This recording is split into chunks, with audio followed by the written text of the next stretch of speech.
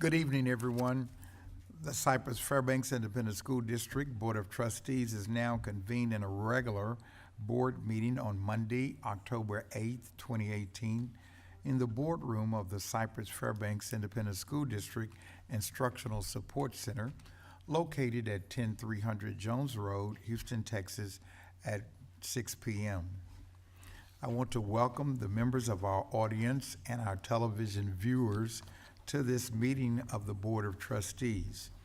As the Cypress-Fairbanks Board of Trustees, we're here to set goals, listen to reports from the superintendent, approve budgets, contracts, personnel appointments, and make policy for the district. It is not the role of the board to make day-to-day operational decisions. The management and day-to-day operations of the district are the responsibility of the superintendent. We have policies and procedures in place to resolve concerns and issues. This is a public meeting of the Board of Trustees, not a meeting of the public. Prior to this meeting, board members received information related to items on tonight's agenda. Agenda items will not necessarily be handled in the order listed on the notice. The meeting is open to all who wish to attend and hear the matters discussed. During the course of this meeting, the board may determine that a closed session is necessary. In that event, the board will meet in closed session to consider matters duly posted for this meeting as permitted by sections 551.071 through 551.084 of the Texas Government Code. These proceedings are airing live on CFTV Channel 16 and CFTV Online and on the district website. They will also be rebroadcast throughout the month on Channel 16 and available as video on demand on the website. For the tape to adequately reflect the proceedings, I respectfully ask that you please refrain from talking while others are speaking and that cell phones are turned off or in silent mode. Thank you for taking the time to join us tonight and for your interest in the Cypress-Fairbanks Independent School District. I would like to also take this time to recognize our Boy Scouts who are here presently, and can I ask them to stand and wave. Mark Bailey, Troop 1296, David Stephan, Troop 19, Andrew, I can't read that, Brian Ben, Troop 815, Dylan Lee, Troop 815, Joseph, Troop 815, Brandon Vo, Troop 815, Dylan Trace, Troop 815, and we have some additional scouts that just joined us, and we'll get their names and recognize them shortly. I don't believe we have anyone here tonight from our, oh, we do, from our CLC, Danica Smithwith. Would you stand or wave? Thank you. Glad to have you here tonight. Oh, Stacy Anderson, just what would you wave, Stacy? Is Julie here too? Yes. Okay, Julie Heineman. So thank you all for being here tonight. Tonight's invocation will be delivered by Larry Womack, the founding and leading pastor of Copperfield Church since 1991. Larry and his wife Pam, a professor at Lone Star College Tomball, have three sons who are graduates of Cypress Falls High School. Copperfield Church adopted Haregrove Elementary over 10 years ago. They fundraise for Haregrove's school supplies, holiday meals, and presents, and also teacher appreciation. Copperfield Church also sponsors a perfect attendance incentive of a new bike and helmet for one girl and one boy each month, and an annual perfect attendance incentive for a generous gift certificate. In addition, they provide mentors and volunteers at Hair Grove and are annual sponsors of the district volunteer appreciation event. In fact, Larry Womack and Copperfield have received many awards for their work in adopting Hair Grove, and they're great partners. We're glad to have you here, Larry. He's a great friend, and we appreciate your passion for giving back to the community and investing in our students. We thank you for being here tonight. So would everyone please stand for the invocation, and we'll follow that with the Pledge of Allegiance.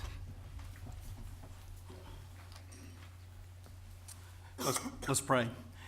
Heavenly Father, we thank you for your blessings. We thank you for this meeting tonight. We thank you for the people that are represented here. We especially thank you for our superintendent, Mark Henry, and for all of these school board members and the hard work they give to our community. Lord, we thank you that we're in a community where we can work together as friends, and we can have great relationships where our kids are safe. And Lord, we just thank you for a school district that excels in so many ways. Lord, we ask your blessings on all of these people, especially these who give extra time, and that you'll reward them for all their hard work. And we just thank you for the God that you are and for your blessings in our life. It's in your name we pray. Amen. Amen.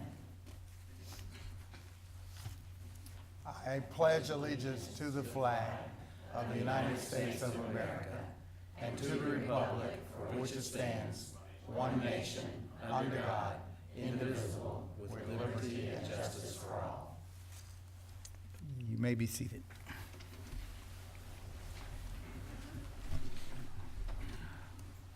Board Member Christine Hartley will read the district's vision and mission statement for the benefit of the audience. Our vision statement: learn, empower, achieve, dream, lead. Our mission statement: maximize every student's potential through rigorous and relevant learning experiences, preparing students to be 21st century global leaders. Thank you, Christine. We'll now move to the special recognitions portion of the agenda. 1A, the board will recognize and we did this on Thursday, the 1 Million Project Foundation for donating 1,500 tablets and internet connectivity to Cypress Park High School students. 1B, the board will recognize campuses who earned all possible distinction designations in the state accountability system. Dr. Macias. Good evening. Dr. Ogletree, Board of Trustees, and Dr. Henry. It is my pleasure to present to you tonight 9 campuses who earned all distinction designations in the 2017 and 18 State Accountability System. Let's first take a look at how our campuses are able to earn distinction designations. Every campus is placed into a comparison group that includes 40 other campuses from across the state of Texas, similar to target campuses. Then, the campus is evaluated on a number of indicators. In this elementary example, the campus is evaluated on 6 indicators. Please note that all the distinction designation indicators are beyond simply reaching the approaches grade level on STAR. We like to say it is kind of like the icing or the cherry on top of the system. The campus receives a score for each indicator. Then that score must be in the top quartile of the 40 campus comparison group to be considered for a distinction designation. At the elementary and the middle school level, at least 50% of the indicators must be in the top quartile, or Q1 as it typically is listed, for the campus to earn the distinction. At high school, 33 of the evaluated indicators must be in quartile 1. As I've shared with you in the past, our current and former Commissioner of Education has shared that to earn one distinction designation is to be celebrated. The campuses we're going to be recognizing this evening earned all distinction designations that are available for their level. At elementary, there's a total of 6 that may be earned, and at middle and high school, there are a total of 7 that may be earned. So the first campus that we will recognize this evening is Burks Elementary, and the principal is Stacy Everson.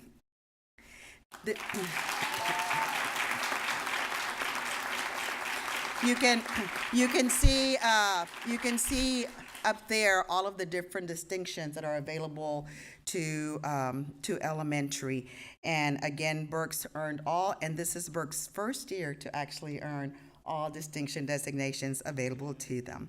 So if you are a faculty member, a staff member of Burks, please stand so that we can recognize you.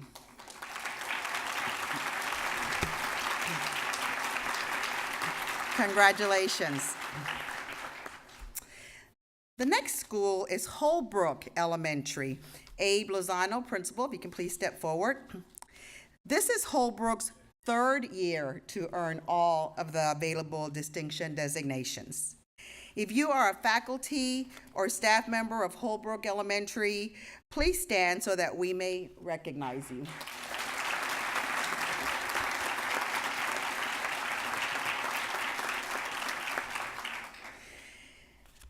The next campus is Lowry Elementary. Principal April Wright.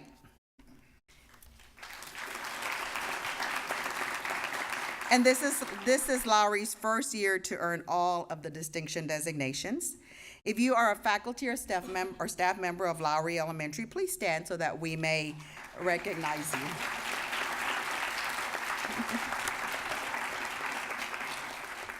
Next is Pope Elementary. Principal Elizabeth Bradley.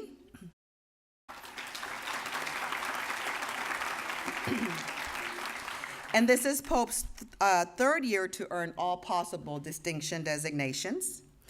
If you are a faculty member or staff member of Pope Elementary, please stand so that we may recognize you.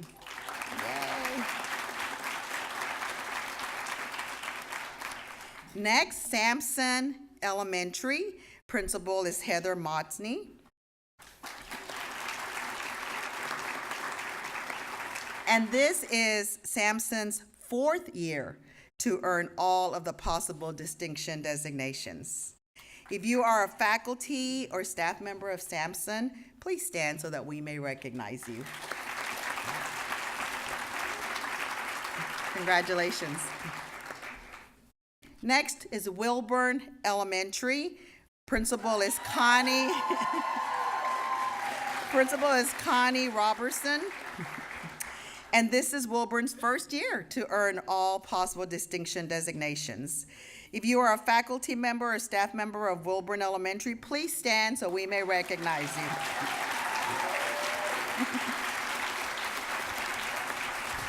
So please join me in recognizing all of the elementary campuses who earned all of the distinction designations. Y'all stay up there. Stay up there, we get them all.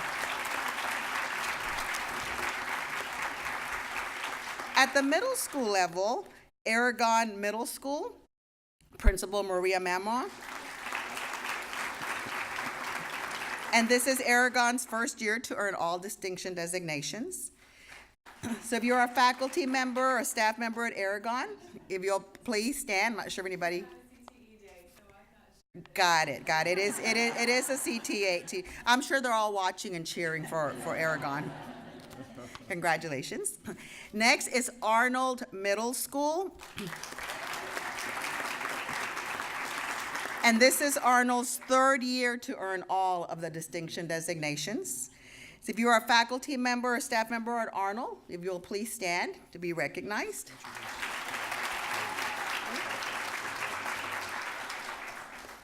Oh, the principal is Jody White. Not sure if I said her name. Jody. Thank you, Roy.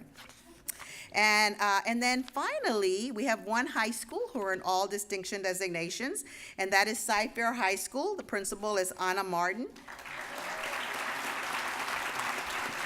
And this is Cypher's first year to earn all distinction designations.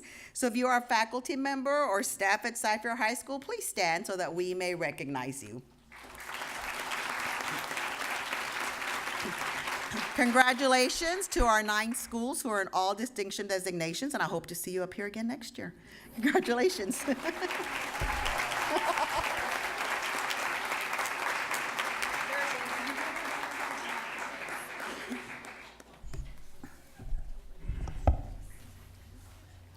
Amazing, amazing. We're so happy and proud of you, and thank you for bringing your cheering sections too. It adds a little life to our board meeting. We really like that. The next item on our agenda, the superintendent will make remarks and announcements, including honors and achievements earned by staff and students. Thank you, Dr. Ogletree. And before I move into my prepared remarks, Dr. Macias, in Cypher ISD, what was the total number of distinctions that we earned this year? 221, and that was a little bit more than last year. 221 distinctions were earned throughout the district. So we've got lots to cheer about.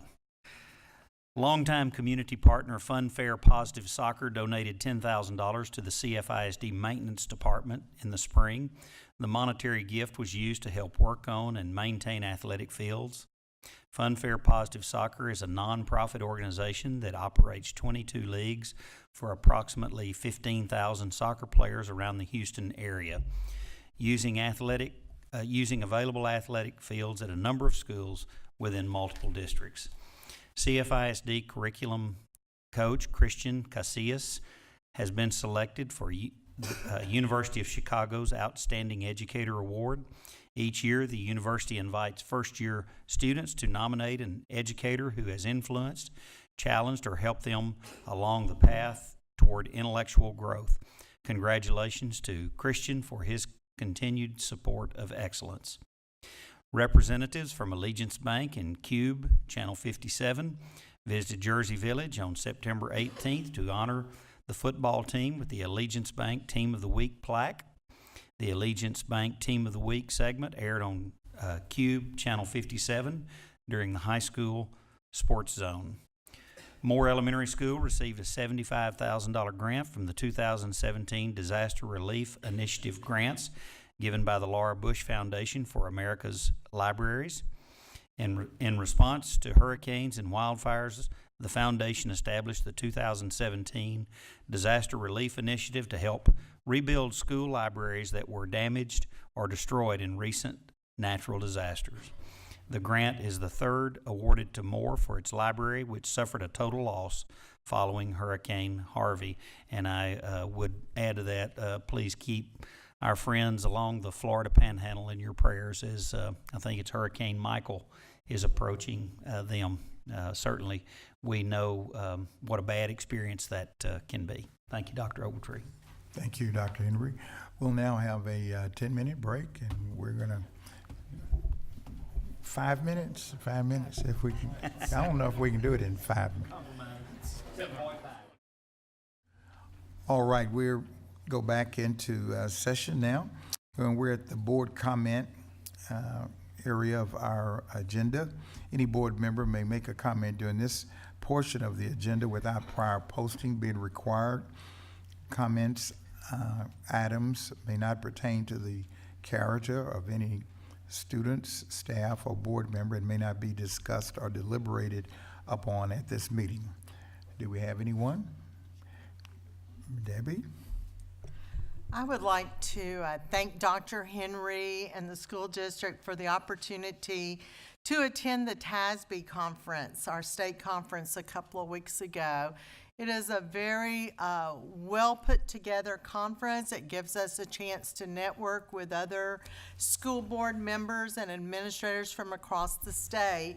And we always have great speakers, but this year's were particularly impressive. And two of the ones that I particularly enjoyed where Jenna Bush Hager, who being a teacher herself and having worked in public schools in DC, really recognized what educators mean to public schools, and commented that she was a product of public school education, and she said how grateful she was that her parents had been a proponent of public education, and it had given her that, she called it, I believe, opportunity to attend public schools. And she voiced her appreciation for the teachers, and being one herself, particularly stated she knew what a difference they were making.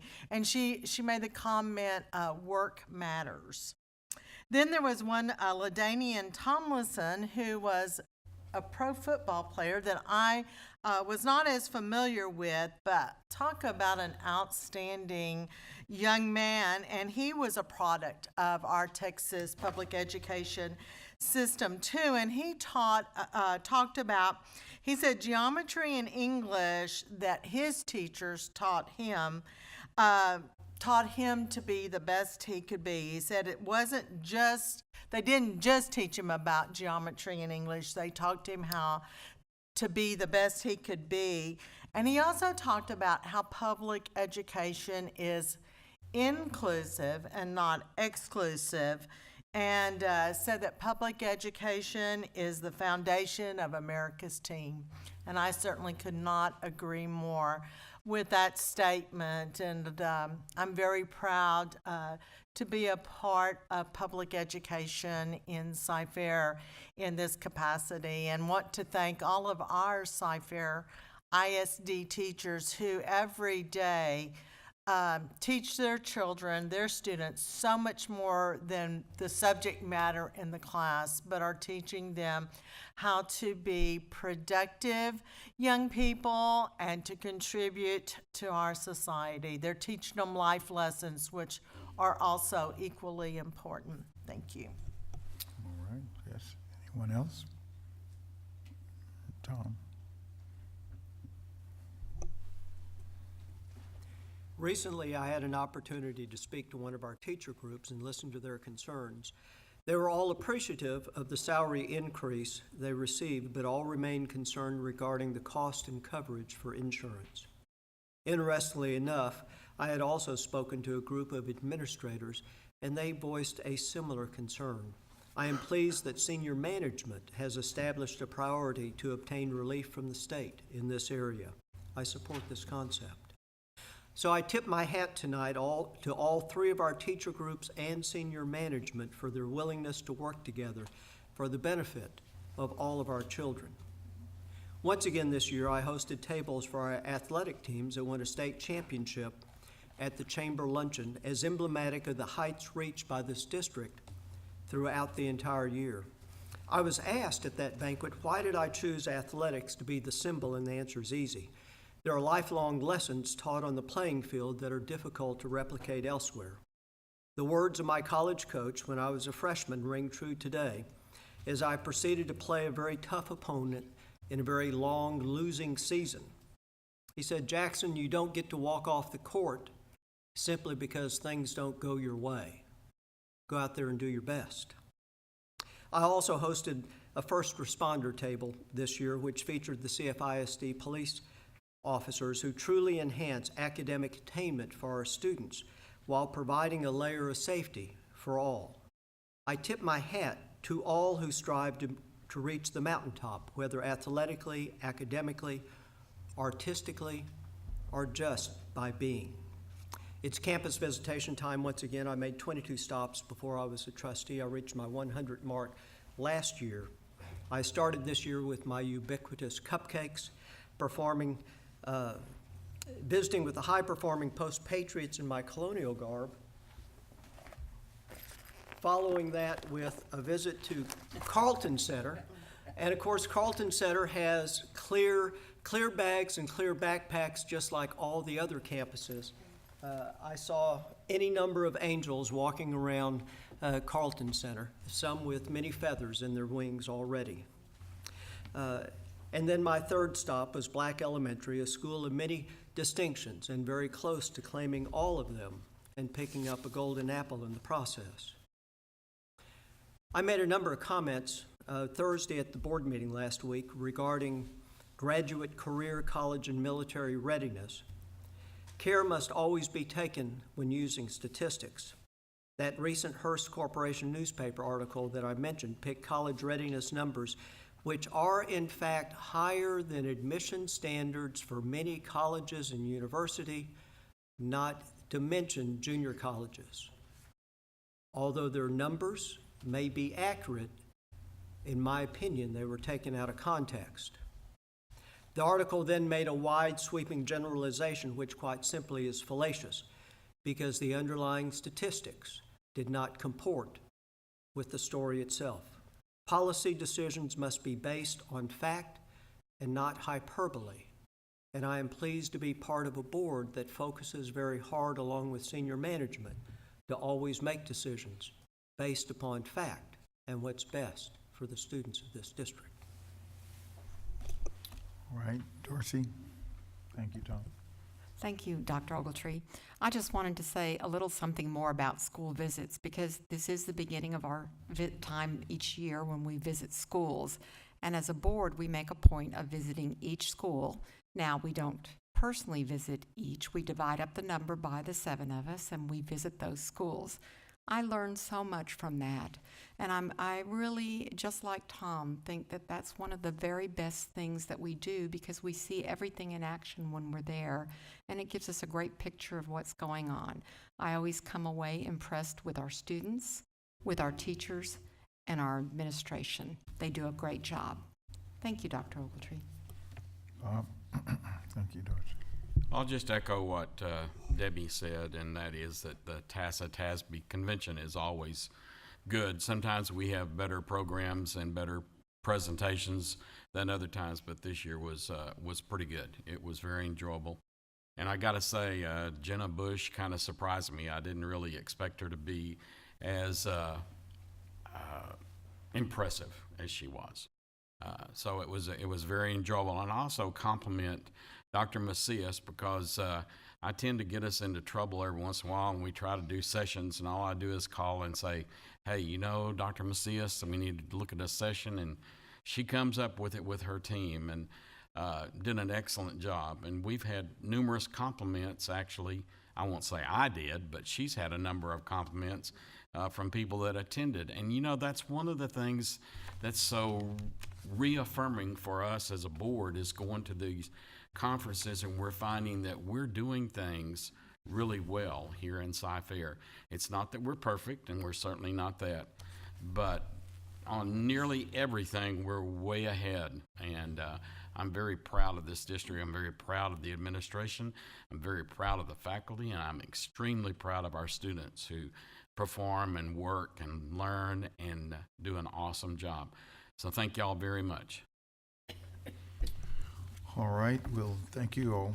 We'll now move to the citizen participation portion of our agenda. Patrons who've duly registered per policy BED local may address the board relating to matters of concern or interest to the district other than the character of any student, staff, or board member. I would like to remind the audience and viewers that these comments of the speakers reflect their own positions or opinions. The board may not discuss or act upon any matter that is not listed under the action item portion of the agenda. Therefore, board members may not discuss the comments of speakers.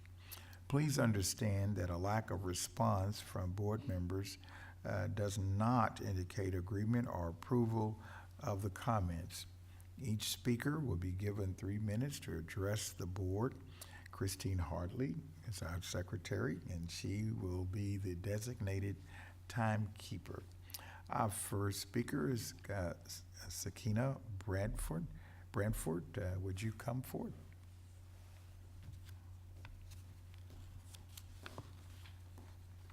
Good evening, Dr. Ogletree, Dr. Henry, and board members. My name is Sakina Branford, President of the Cy-Fair Texas State Teachers Association, National Education Association. And tonight I'm speaking to the Cy-Fair community on the behalf of our association members, who are teachers, education support professionals, administrators, librarians, nurses, and all other district employees. Once again, on Election Day, November 6th, our community has an opportunity to elect local, state, and congressional leaders who fully support funding public education. We believe that a great public school education is the foundation to a strong local economy and a vibrant community. Let us go to the ballot box and put our children first and vote education first. To vote education first means to support and enrich curriculum for our students. To vote education first means to support smaller class sizes. To vote education first means to attract, retain, and support the best teachers for our students. A vote for education is a vote for our children. A vote for education will support the upkeep of instructional facilities and school buses. A vote for education will provide our students with the best public school education experience. An experience that will last a lifetime, giving students a strong foundation needed to be well-rounded, productive, educated citizens, effective future leaders, and the next generation of great educators. Thousands of professionals in our Cy-Fair community get up every morning with the sole purpose of providing a quality education for our students. Our district employees enable our students with the tools needed for a bright future. We need your help. We are asking you in this election to cast a ballot that will have the most positive impact on our children. Join us as we put our children first and vote education first. Early voting begins October 22nd for the November general election. Thank you.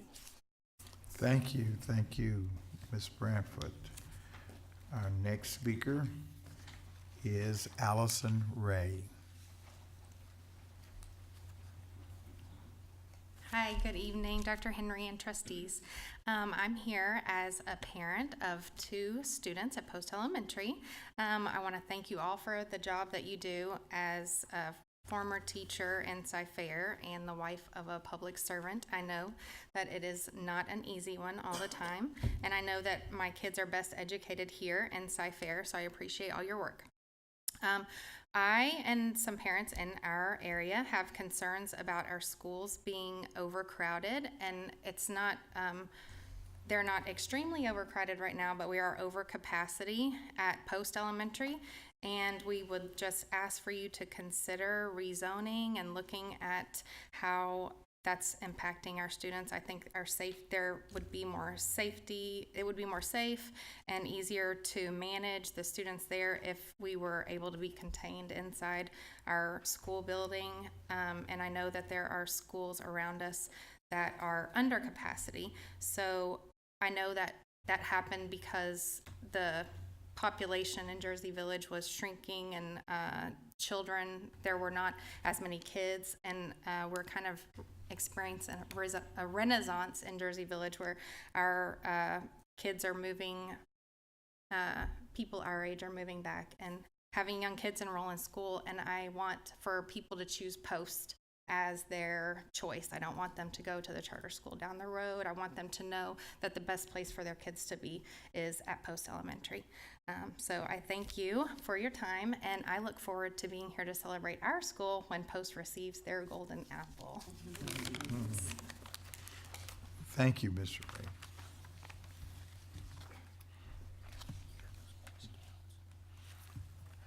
And we had some more Boy Scouts join us.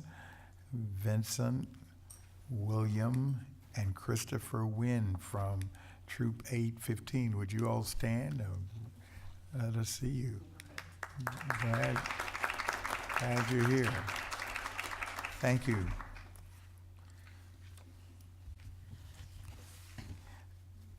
We'll now go to the report section of our agenda. The Curriculum and Instruction and Accountability Department will provide the board with information on a number of department initiatives designed to improve student achievement. Ms. Jaslowski and Linda Macias Yes. and Dan. Dr. Ogletree, I'll begin with the All of them. presentation. Yes. Tanya Gorey, just whole Have a group. whole department here Okay. to talk about the main thing, Dr. Ogletree. All right. So Dr. Ogletree, board members, and Dr. Henry, this summer at the 2018 Model Schools Conference hosted by Dr. Bill Daggett and the International Center for Leadership and Education, Cypress-Fairbanks ISD was recognized as a National Innovative District. Many of the initiatives that the Curriculum and Instruction and Accountability team will highlight this evening caught the attention of Dr. Daggett and the ICLE. In fact, while districts nationwide applied to present at the Model Schools Conference, Dr. Daggett invited us to present our initiatives with him. So to highlight a sampling of our department's initiatives designed to improve student achievement are Mrs. Mary Jaloski, Assistant Superintendent for Curriculum and Instruction, Dan McElduff, Assistant Superintendent for Educational Support Services, Dr. Ashley Claiborne, Assistant Superintendent for District Improvement and Accountability, and Dr. Tanya Gori, Assistant Superintendent for School Improvement and Transformation. Mary Jaloski will continue with the presentation. Good evening, and thank you for the opportunity to share these programs with you this evening. First up is Algebra Camp. The camp is designed to ensure fragile math students, as we know algebra is the key to getting more students through high school and beyond. Algebra Camp connects math in real-world career and experiences. The camp was held July 9th through the 24th and was hosted by 3 high schools, Cypress Lakes, Cypress Ranch, and Jersey Village. Any 8th grader who failed the 8th grade math STAR was invited to participate in order to get a firm foundation for success in algebra in 9th grade. The camp consisted of 3 4-day units centered around CTE themes of industrial technology, robotics, and digital multimedia. Using this structure, students gained a better understanding of critical math concepts and increased confidence in their math capabilities. Each high school campus donated prizes for students such as t-shirts, cups, and lanyards. This was done in an effort to connect the students to their high schools. Students were entered into drawings based on participation and attendance each day. The prizes, incentives, and energetic teaching kept the kids coming back day after day. Special thanks to Leslie Francis and the Department of Community Relations for securing all the students and teacher incentives from our business partners. Again, the students invited to attend Algebra Camp are our most at risk and were identified as not being ready for algebra at the end of their 8th grade year. 86% of the 2016 camp attendees passed the Algebra 1 end of course exam, and 82% earned credit for the Algebra 1 course. 76% of the camp attendees passed the Algebra 1 EOC exam, and 77% earned credit for the Algebra 1 course. We look forward to the continued success of Algebra Camp and its students for many years to come. Next up, STEM Camp. STEM Camp is a program for 7th graders at 10 of our Title I middle school campuses that engage students in collaborative hands-on activities promoting STEM, science, technology, engineering, and mathematics, and the building of 21st century skills.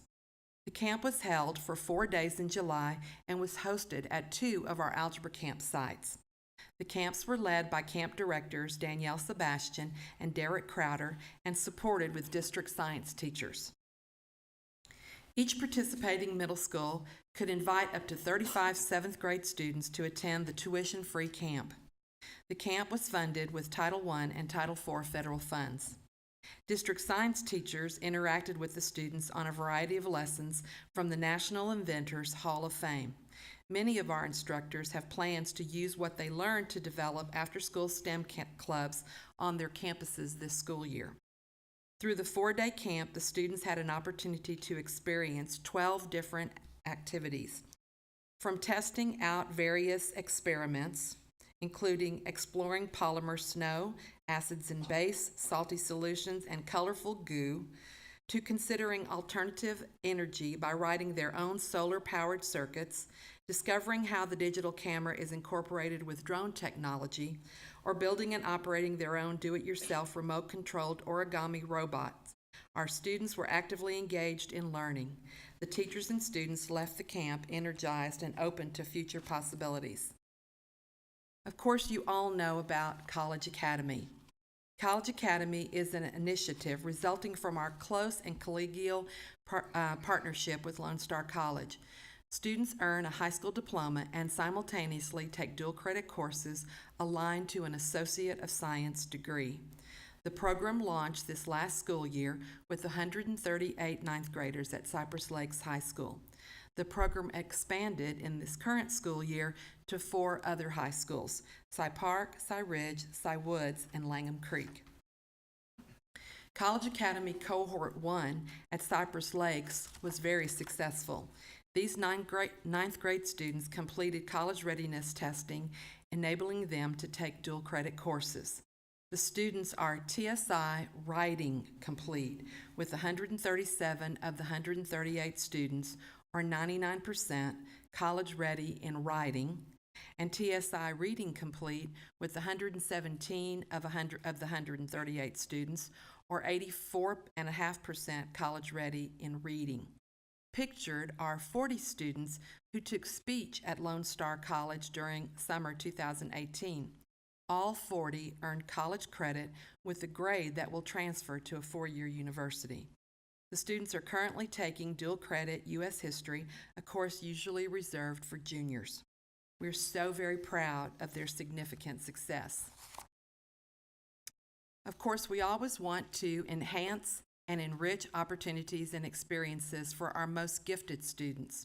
So, more than 2,350 Cy-Fair elementary and middle school gifted and talented students donned commemorative t-shirts to participate in Da Vinci Day on February 24th last school year at Cypress Ridge High School. The event-filled morning featured challenging and creative activities, allowing students to demonstrate skills in science, STEM, higher order thinking, and fine arts. The Houston Museum of Natural Science, the Alley Theater, Space Center Houston, and Playwell Legos of Dallas brought their equipment, and the student zoo even brought animals to the campus for hands-on excitement. More than 200 Cy-Fair elementary and middle school staff and administrators led students through coding sessions, robotics challenges, science labs, art activities, and even escape rooms. In addition, over 200 students from Bridgeland, Cy-Fair, Cy-Falls, Cy Lakes, Cy Ranch, Cy Ridge, Cy Woods, and Langham Creek High Schools volunteered to help in the event to make it a very successful day. Next up is Camp Summit. The goal of Camp Summit is to eliminate the summer slide and increase reading levels for students not already reading on grade level. Camp Summit is a 6 to 7 week literacy program for students in grades K through 2 who are at least one reading level below grade level. It is an intensive literacy program with 3 main components. The first, small group reading instruction provided twice daily with 3 to 5 students in a group and taught by the best literacy teachers in the district. Second, word works, and third, enrichment, all in a fun, camp-like environment. Our Camp Summit data shows that 96% of our students experienced no summer slide and 84% grew 1 or more reading levels. We're proud of our full-day pre-K programs. TEA tracks the beginning of year kindergarten data to determine what percentage of students entering kindergarten are kindergarten ready. According to our district iStation beginning of year data, our full-day pre-K programs outperform the district. Hoover does not yet have data because the 2018-19 school year is the first opportunity for students to take the beginning of year iStation after experiencing a full-day program during the 17-18 school year. Finally, we have a pre-K partnership. By age 3, it is believed that children growing up in poor neighborhoods or from low-income families may hear up to 30 million fewer words than their privileged counterparts. To help economically disadvantaged students be ready for kindergarten and close any already existing academic gaps, we applied for and were awarded a pre-K partnership grant during the 2017-18 school year. We began the last year with implementing the grant with a relationship with Kids Are Kids administration and staff, and conducted a needs assessment. Here are some pictures of the classroom before we began our partnership. Here are those same pictures of the same classrooms after we delivered and set up the materials. We spent a majority of the year training the staff and delivering materials so that the 3 and 4-year-olds at Kids Are Kids could benefit from our partnership. The curriculum developed for this partnership aligns with our Cyfair curriculum, ensuring that these students are ready for kindergarten the next year. One of our district primary coaches plans with the 3 and 4-year-old students' teachers and provides curriculum support each week. Kids Are Kids teachers participated in our district's early childhood spring conference last year and our professional development week this past August. Now, Mr. McElduff will review educational support services. Good evening. I'm looking forward to sharing with you how educational support staff provide additional interventions and services to students. First, the primary goal of educational support services is to help provide access to the general education curriculum and all interventions available for students receiving special education, psychological service, English learners, or Section 504 services.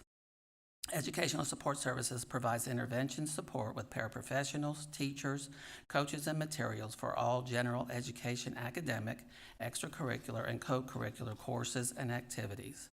Assistance is provided in athletics, music, CTE, and fine arts in an effort to provide opportunity for all students. Secondly, along with support to general education interventions, we also provide specific supports and interventions for eligible students.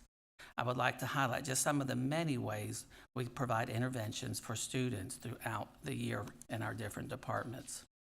One of the main interventions for students with disabilities is extended school year, or what we call ESY. Similar to the concept of summer slide, students with disabilities are monitored throughout the school year by staff to ensure critical skills will be maintained during the summer months. Data is taken after breaks such as Thanksgiving and winter and spring breaks to determine how well a student maintains and or regains previously taught skills and concepts when classes are not in session for various amounts of time. We had 759 students participate in ESY during the summer of 2018. As you can see, there was about a 50-50 split between our elementary and secondary students. These numbers do not include the students with disabilities who attend many of the general education summer programs where we provide support for those programs, again, through paras, teachers, and materials. Another of the specialized programs that we provided last summer was for 5th grade students moving from elementary to middle school. A unique experience titled #Stepping into 6th was a summer enrichment program for students who were scheduled into 6th grade basic reading. The program served as a transition from elementary to middle school to help bridge reading and writing skills for students in the new middle school environment. The program also served as a staff development opportunity for new teachers to reading to be coached by experienced teachers as they planned together, observed lessons, and co-taught. Mentor teachers provided feedback and suggestions to the new teachers throughout the program. The participating reading teachers will be observed 3 times throughout this school year to provide ongoing support and feedback by their coaches and mentors. A wide variety of transition services are offered to our high school students and our 18-plus students with disabilities as we prepare them for the workforce. 25 CFISD students began a rigorous 63-hour pilot program last April through the Workforce Innovation and Opportunity Act. The pilot, which ran through the summer, resulted in 13 students graduating from the program with employability certificates on July 21st, 2018. We are pleased that 4 of these students that participated are now working full or part-time.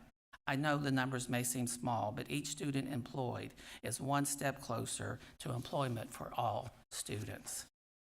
Developing student success is one of our most recent pilots to support students with disabilities who are 18 or older to prepare them for the workforce. The intent of this program is to provide students the opportunity to practice and further develop their skills learned while in their 4 years of high school. The goal is to develop job readiness right here in CFISD. As the largest employer in the area, where better to experience the work environment than right in our own district. After a year of planning and building this program, we will be ready very soon to present details to district leaders, so stay tuned. Psychological Services provides intervention and support for all of our CFISD campuses. The expertise of our psychologists is critical to the emotional well-being of students, especially in times of crisis and life's unforeseen moments of sadness. They are our go-to staff when a student needs an intervention to deal with life's many ups and downs. In addition, the department has a number of parent and community services that are offered throughout the school year. The Family Interaction Training Clinic allows parents and families to meet individually with trained therapists to learn proven parenting techniques for improving relationships and better behavior at home and school. This program runs throughout the school year at the Dorothy Carlton Center. Other online and face-to-face services include Incredible Years for parents who are raising children with autism, in-school collaboration offerings for teen parents, and then we have some face-to-face courses, one on the Defiant Child and Parenting the Teenage Student.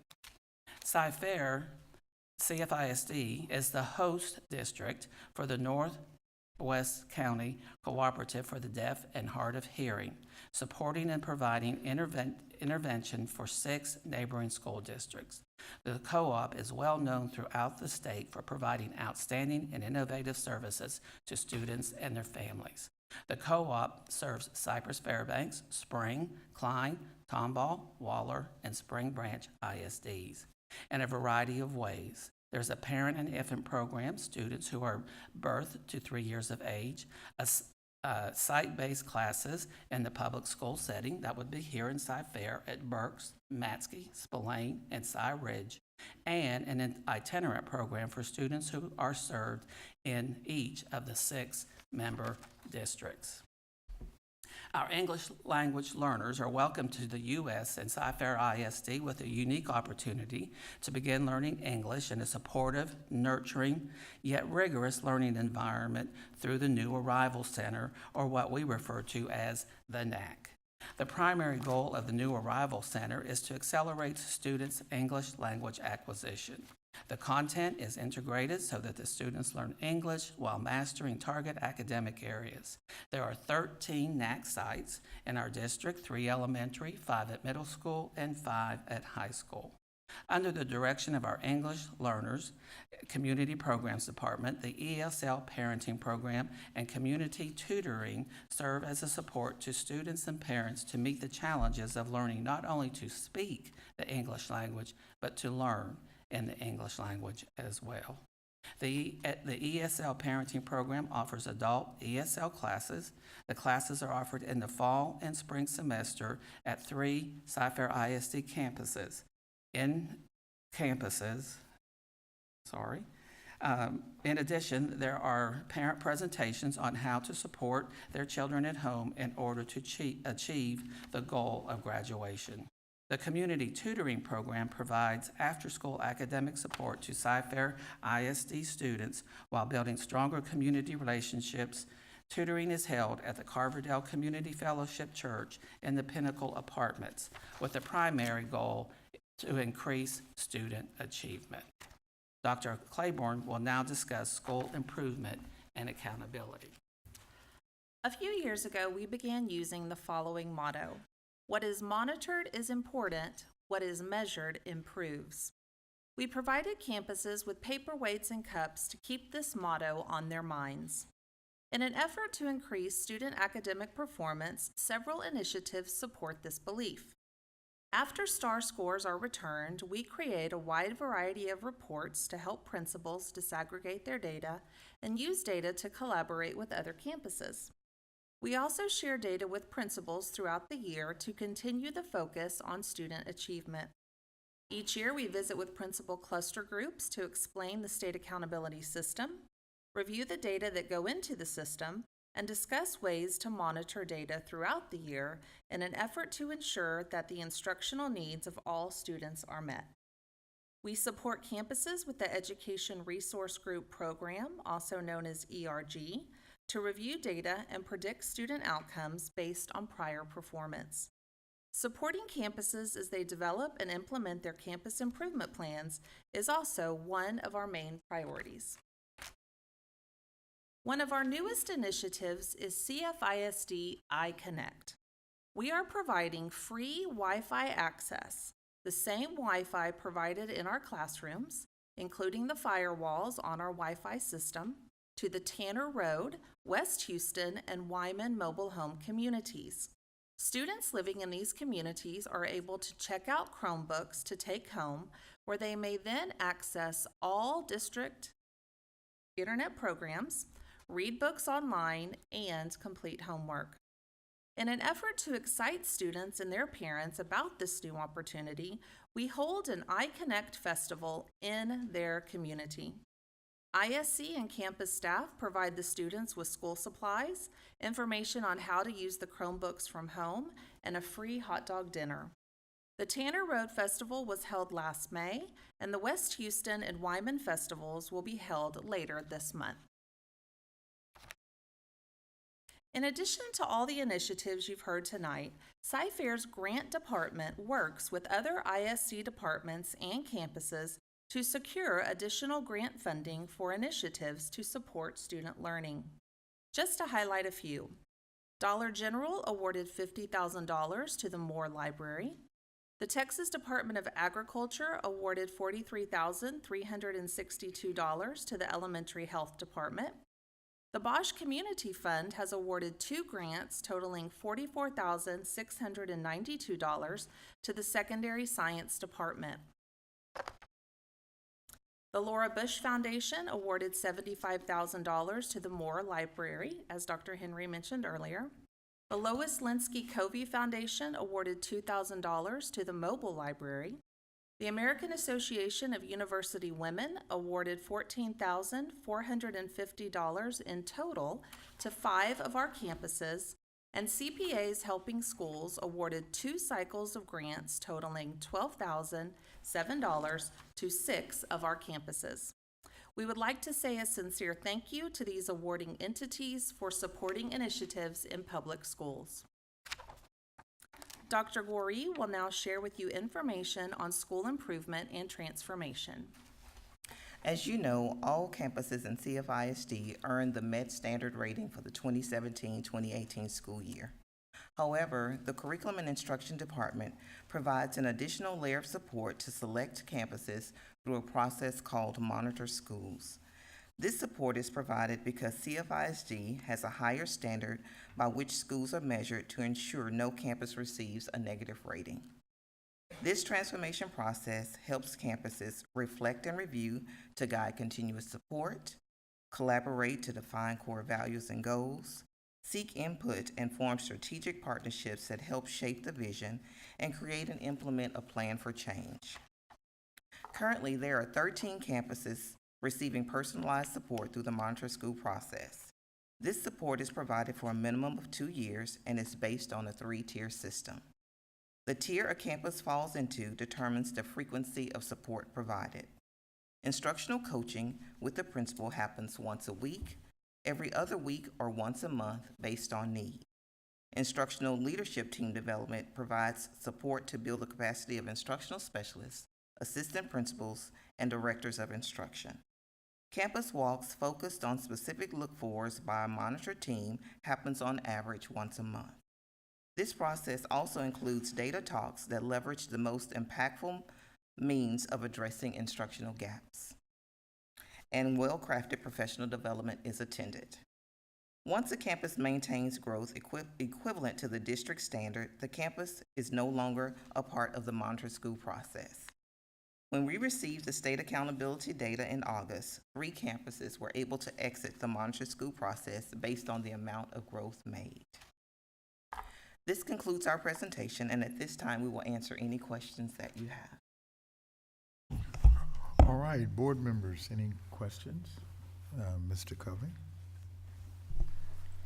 Linda, this one's going to come at you, and I remember that when we first opened the algebra camp and visiting there, and it wasn't just algebra that we were studying, but if I remember correctly, you also worked on these kids' self-esteem. Is that something that we continue to do? Absolutely. We have Quantum Learning, who comes in every year and is a part of Algebra Camp, and they're focused on not just their self-esteem, but also motivation strategies and strategies to help learn and retain information. Okay. And then if we move on to the College Academy, and I understand we had 138 at Cy Lakes, and we open it up to the additional schools, I think there are 4. How many do we have that are participating now? Do we know that? 565 students are currently participating. And to do that, don't they have to meet some criteria for economically disadvantaged? And We certainly look at our economically disadvantaged students, but the College Academy is open to all students. Okay. With our ED students, we get support to help pay for the tuition from Sci-Hope. And then, of course, we love the Camp Summit, and the Camp Summit has grown quite a bit since we first started it, has it not? Have we grown in attendance? We've grown a little bit in attendance, but we continue to have right around 2,500. Yeah, right about 2,400 students that we serve. As you know, we invite all students who as Mary shared, who are reading one level below, but then and we provide transportation for them as well, but sometimes kids and parents have made other summer arrangements. Now, it's obvious, and I know some of us, or probably all of us up here, have visited Camp Summit, but it is actually like a camp. These kids are thoroughly enjoying themselves and participating and chasing grown-ups with snakes, so it's... And many of them have never attended or experienced camp, so this also provides them that experience. Yeah. Well, y'all do an awesome job, and I appreciate what you're doing. Thank you very much. Thank you.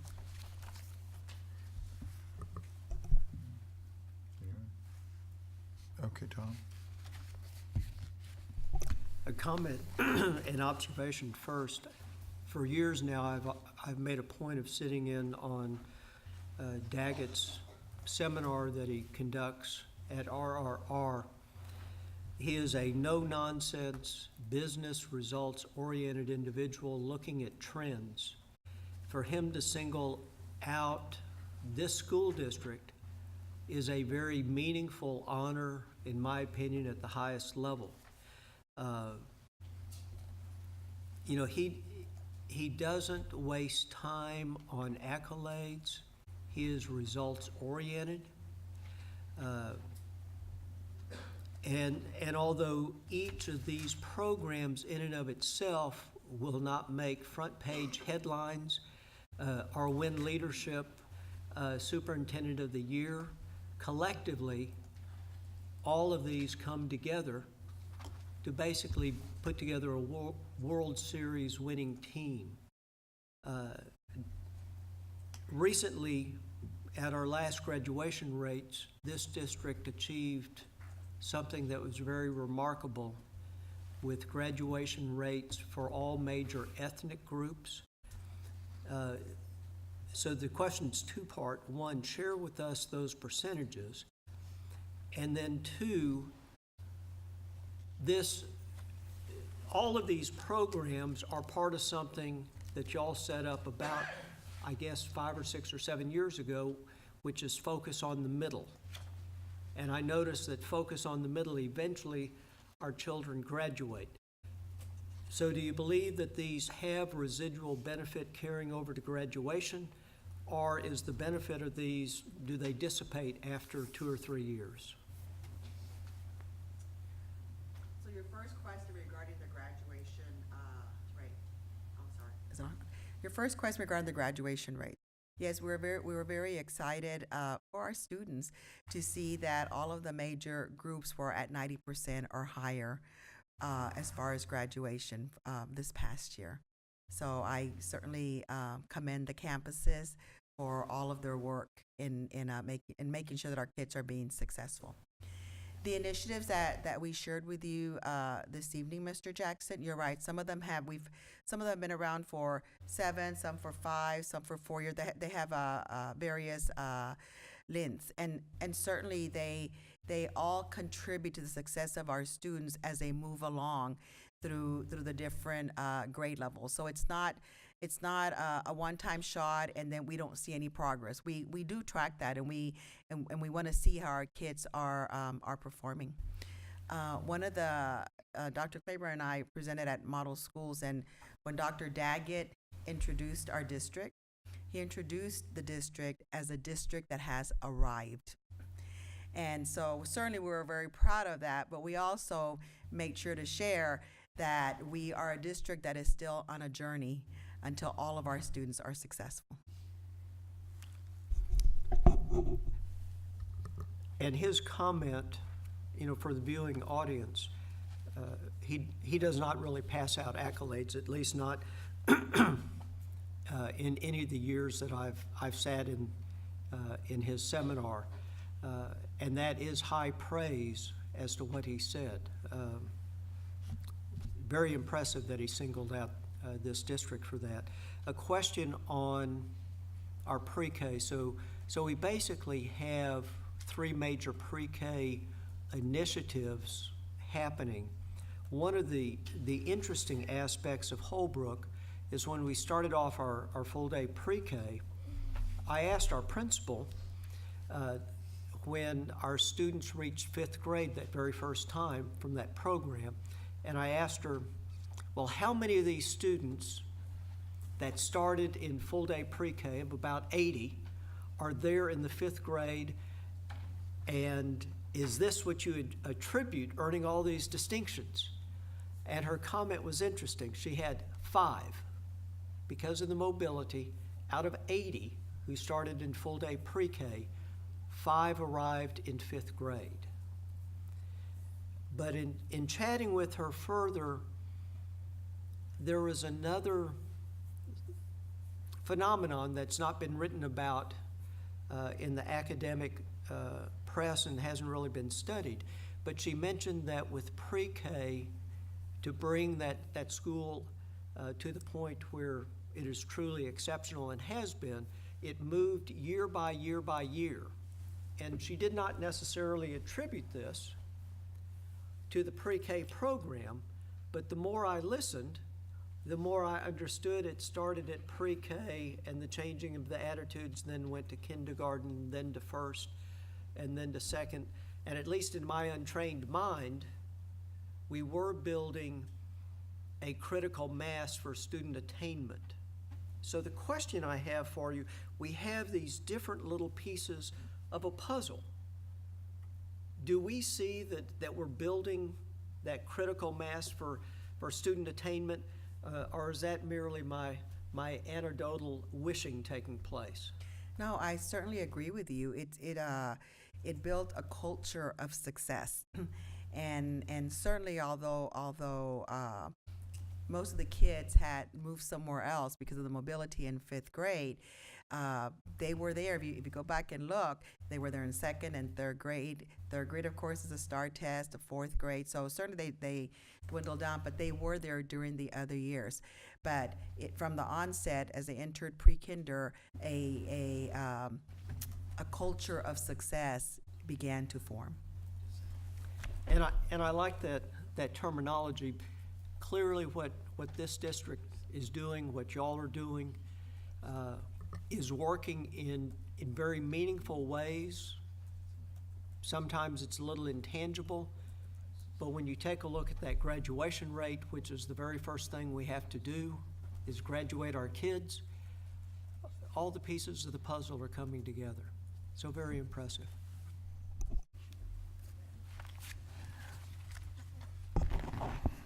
Mr. McElduff, I have a question for you. Of course, yours is a very challenging area and quite a justification for having public schools. And looking at what you presented, though, how do we measure success in your area? It's absolutely a student at a time, individually, and based on their individual ability to make success in any area. Now, many of our students are in regular programming, so they're measured by the same means as all other students. But our students who are more involved or low incidence population, it's a student at a time in some of our programs. But we do have a huge number of students who are in class support and in programs, and we put a lot of time and effort into supporting all of those programs and all of those efforts. So that culture of success is not just for any one group of kids. That culture of success and is for every student that we have, regardless of their learning ability or any other situation that may cause them to be challenged. Appreciate that. Thank you. Any other? Yes. John, just to piggyback on that, for the viewing audience, as Mr. McElduff pointed out, the numbers may appear to be small. I did have the opportunity to visit Carlton Center already, so I heard about these programs. It's almost like I had a preview of what you were going to talk about. It's very exciting. You know, I think almost all the board members have been through Carlton Center, and these are our children with the greatest needs, but to know that some of them have an opportunity to go mainstream, partial mainstream. It is life-changing for them, but it's also community-changing. It's very exciting, and so when you talk about, yes, we have 118,000 students, but in your world, it really is one child, one student at a time, and it's fascinating. It was very exciting and enthralling, that little bit of time that I got to spend at Carlton to see what you all are doing. Thank you, John. Thank you, all of you. Great presentation, and good to have someone, an expert, say something of what we already know, what a great district we have, and we try to have, as our slogan says, opportunity for all. We're now at the public hearing section of our agenda, 5A. The board will hold a public hearing. It's past 6 o'clock now, but on the 2016-2017 district schools first accountability rating, Ms. Smith, Karen Smith.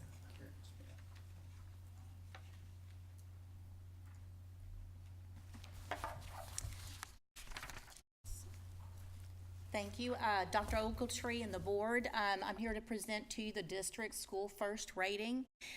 FIRST stands for the Financial Integrity Rating System of Texas, and school districts are required annually to report on their school first rating, as well as publish an annual management report disclosing what that first rating is and how they performed on all the 15 criteria. The financial integrity rating, the purpose of it is to hold districts accountable for their financial management practices as well as their decisions while focusing most of their resources on instruction. Cypress-Fairbanks ISD received a superior rating this year, as well as all of the years the system has been in place since the 2001-2002 school year. The school first ratings that are currently out there are A for superior, B for above standard, C for meets standard, and then F for substandard achievement. If a district receives substandard achievement, they actually have to provide a corrective action plan to the Texas Education Agency. The objectives of School First is to be something that's simple and understandable, that is applicable to all districts, and is based on hard data. That hard data is actually the PEIMS data, budget and actual, as well as the district annual financial report or their comprehensive annual financial report. It is also, the purpose is to analyze the district's financial management efficiencies and provide an early warning sign of financial solvency, and then transparency. Oops, sorry. The School First rating system is based on 15 criteria, the current system. If you will recall, the last several years, I mentioned to you that it was phased in over a 3-year period, the current system. And so we are actually in the 4th year, and the district received the highest rating on 14 of the 15 indicators. And in addition to publishing the annual financial management report, we are also required to have disclosures, 5 disclosures as part of that annual financial report. It is actually in the appendix to the report, and that would be the superintendent's contract. And it's actually, this is the one item that is the current year, which would be the 2018-19 superintendent's contract. The district is required to either publish that on the website or in the first report. The remainder of the criteria is actually based on the 2016-17 school year. Reimbursements to the superintendent and board, which is actually the second item, which is A2 on page 22 of the report in the appendix. And then outside compensation to the superintendent in exchange for professional consulting services, of which there were none. And then gifts of $250 or more to executive officers, the board, and immediate families. Executive officers would be the superintendent, and then there were none of those. And then business transactions between the district and the board members, of which there were none of those items either. The 15 indicators are divided up into critical indicators, solvency indicators, and financial competency indicators. 5 of the indicators are called critical indicators, and if a district fails any one of those 5 indicators, they actually fail first and have to provide a corrective action plan to the Texas Education Agency. Those indicators are the annual financial report must be filed by the deadline to the Texas Education Agency, and for a June 30 year end, that's November 27th. The district must receive an unmodified opinion on the annual financial report and compliance with payment terms of all bonded debt agreements, and that means no default on bond payments. Timely payments to state and federal agencies, and then total unrestricted net assets must be greater than 0 in the governmental activities report. Schools First, the other indicators are 7 solvency indicators and 3 financial competence indicators.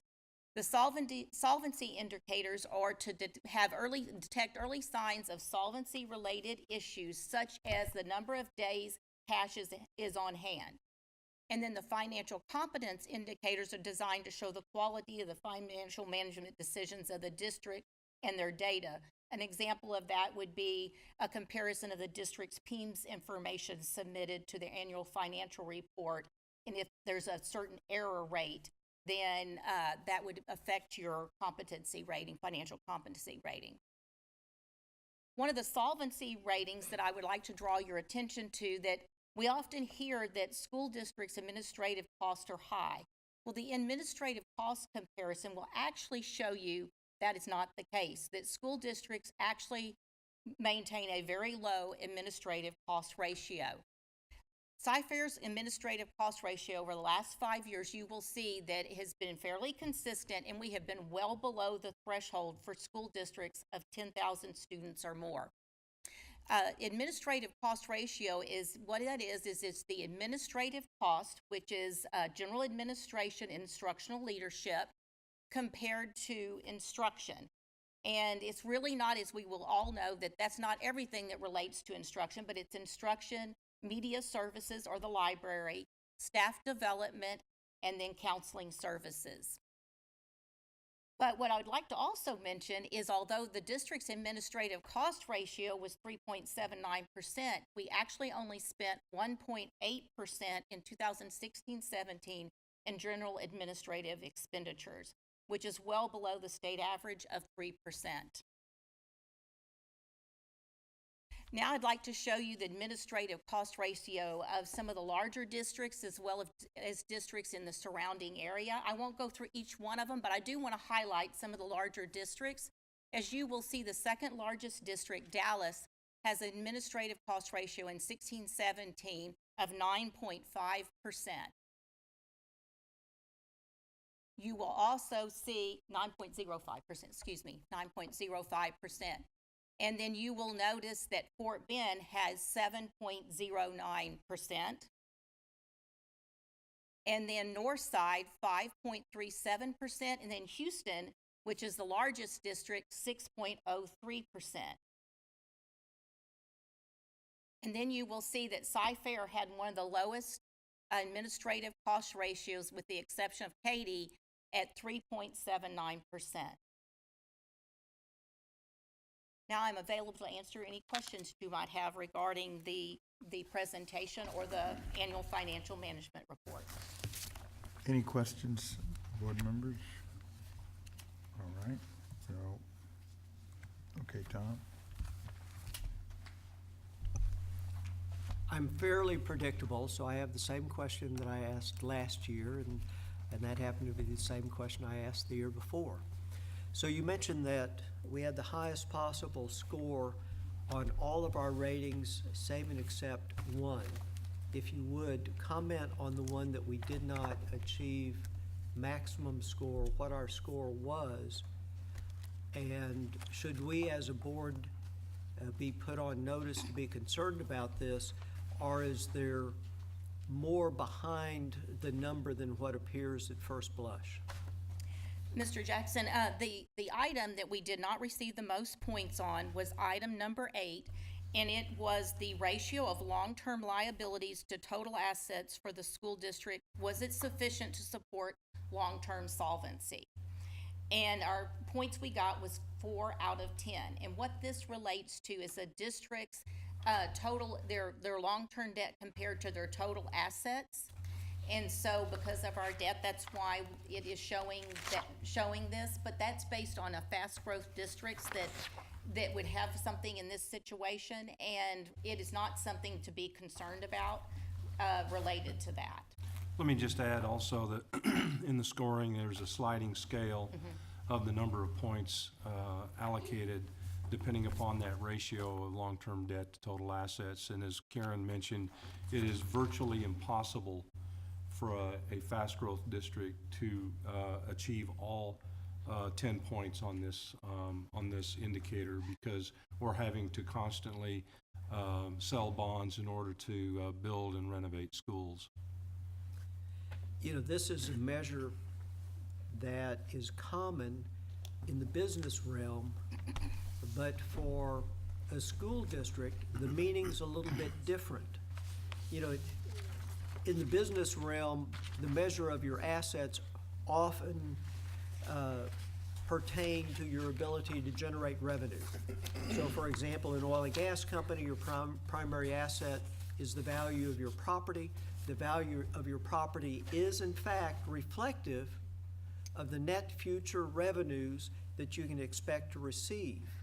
A manufacturing concern, you have a plant and facility that generates items that can be sold. So why for a school district is the physical plant not indicative of our ability to raise revenues and thereby pay off the debt? Oh, I'm sorry, were you actually asking? Can you state that one more time, please? Be happy to. And as Ms. Anderson reminds me all the time, I need to front-end load my question and then have the predicate, because I may put everybody to sleep by putting my predicate. So the question is, business community ratio of long-term debt to fixed assets is indicative of the ability to repay, because those net assets that are on the balance sheet are reflective of the enterprise ability to raise revenue. Why is that concept of the business world not applicable for a school I district? understand what you're saying now. I apologize. I thought you were making a statement when you were saying it. Well, I because, always make a statement whenever I ask a question. That's the reason why Ms. Anderson reminds me I need to be very clear. I'm working on it. I just haven't arrived yet like the district has. well, as you well know, we are limited on our ability to generate revenue. We are at the maximum of $1.04 on our tax rate.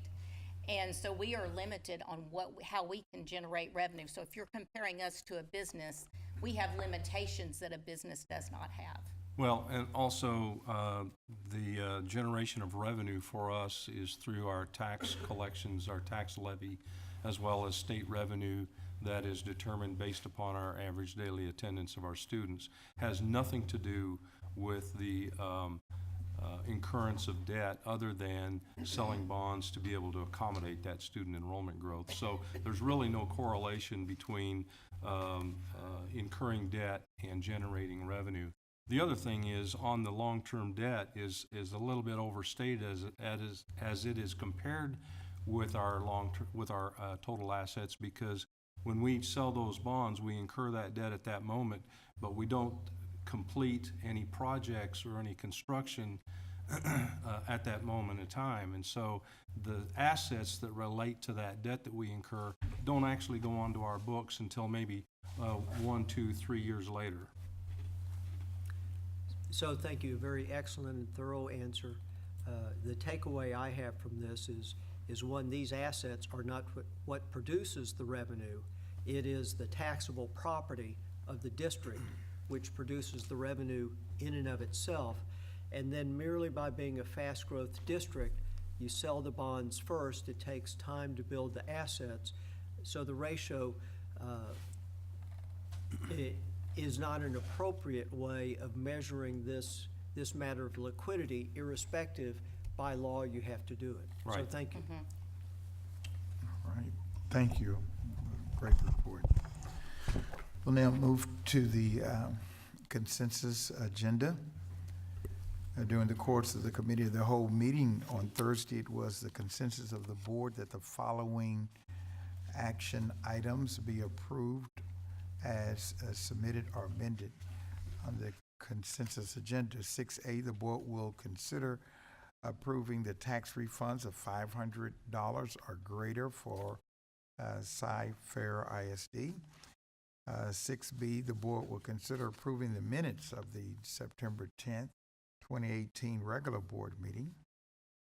It was also the consensus of the board during the committee of the whole meeting that the following non-consensus agenda items be placed on the consensus agenda. 6C, the board will consider awarding bids and contracts and/or authorizing purchase orders as recommended in the posted agenda item.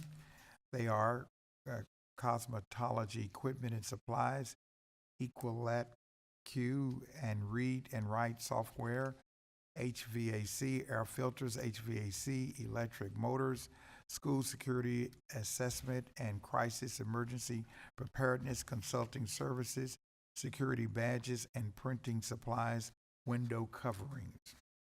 6D, the board will consider approving a site lease agreement with Sprintcom, Inc. for the leasing of tower space and attachment of antennas, and other such equipment, and authorize the superintendent or designee to negotiate the final terms and conditions and execute all documents. 6E, the board will consider approving construction proposals and contracts paid from the 2014 bond funds to the recommended contractors and authorize the superintendent to or designee to execute all necessary documents related to such contracts as follows.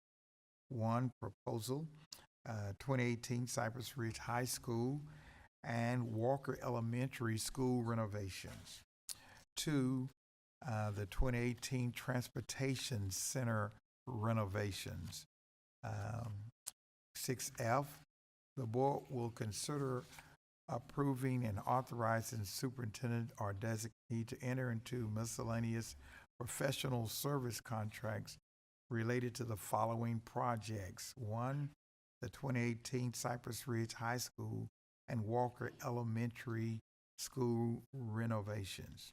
2, the 2018 Transportation Center renovations. 6G, the board will consider approving on second reading additions, revisions, or deletions to district policies. They are CJA Local Contracted Services Criminal History. This is an add.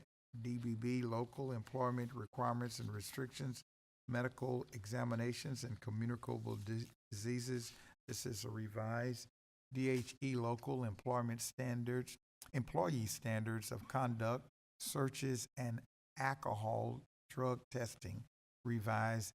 DI Local Employee Welfare. This is a delete. 6H, the board will consider approving on first reading additions, revisions, or deletions to district policies. BBD Local, Board Members, Training and Orientation. This is a revised. FEA Local, Attendance, Compulsory Attendance. This is a revised. 6I, the board will consider approving and submitting to the Commissioner of Education a request for maximum class size waiver. 6J, the board will consider approving applications for Air Force Junior ROTC units for Cypress Park and Bridgeland High Schools. 6K, the board will consider approving a resolution establishing an audit process for all developed CBE assessments and an audit process for assessments from non-district providers, University of Texas, Texas Tech University, and AVA. 6L, the board will consider adopting legislative priorities for the 86th legislative session. Dr. O, before you ask for those to be approved, the board had requested, and we added on the priorities to for the 86th legislative session to increase the state's contribution to the TRS Active Care Health Plan. So just wanted to make sure that y'all had seen that that had been added. Okay, thank you. If any board member wishes to remove one or more items for further discussion, please do so at this time. If not, I will entertain a motion to approve the consensus items as recommended or amended. Mr. President, I move that we approve the consensus items as recommended or amended. Is there a second? I second Dr. Ogletree. All right, it's been moved and seconded. All those in favor of the consensus items as recommended or amended, please raise your right hands. All right, it's unanimous. At this time, we'll go to the superintendent's briefing portion of the agenda. Thank you, Dr. Ogletree. Governor Greg Abbott has proclaimed October 10th, 2018 as Texas Education Human Resources Day, a day set aside to recognize and honor the important contributions made by school staff who work in human resources. Human resources staff work hard each day to make sure our schools are staffed with high-quality employees and that those employees have a good work environment. The 24th annual district-wide college night is scheduled for Tuesday, October 9th and Wednesday, October 10th from 5 to 8 p.m. at the Berry Center. All high school students and their parents are invited to attend this free event. More than 200 colleges, universities, technical, and specialty schools will be represented at the event, as well as all branches of the military and the U.S. Service Academies. The Cy-Fair Educational Foundation will host the 21st Annual Salute to the Stars Gala on October 18th at the Berry Center.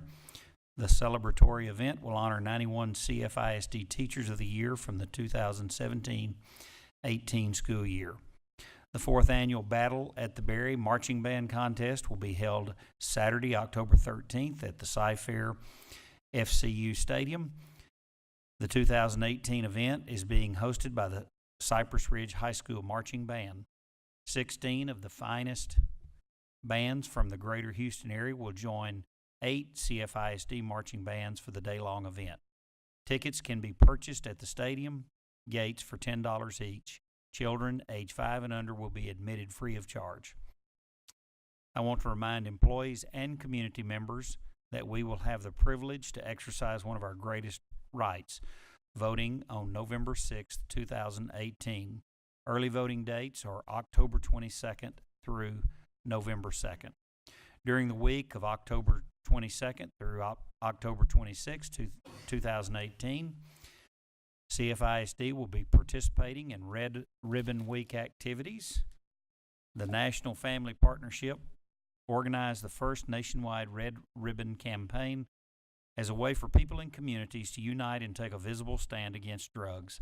The Red Ribbon Campaign, the largest drug prevention program in the nation, originated after drug traffickers in Mexico City brutally tortured and murdered DE agent Kiki Camarena in 1985. The visual display of red ribbons during the week-long campaign is a symbol of intolerance towards the use of drugs and continues to honor Agent Camarena's memory.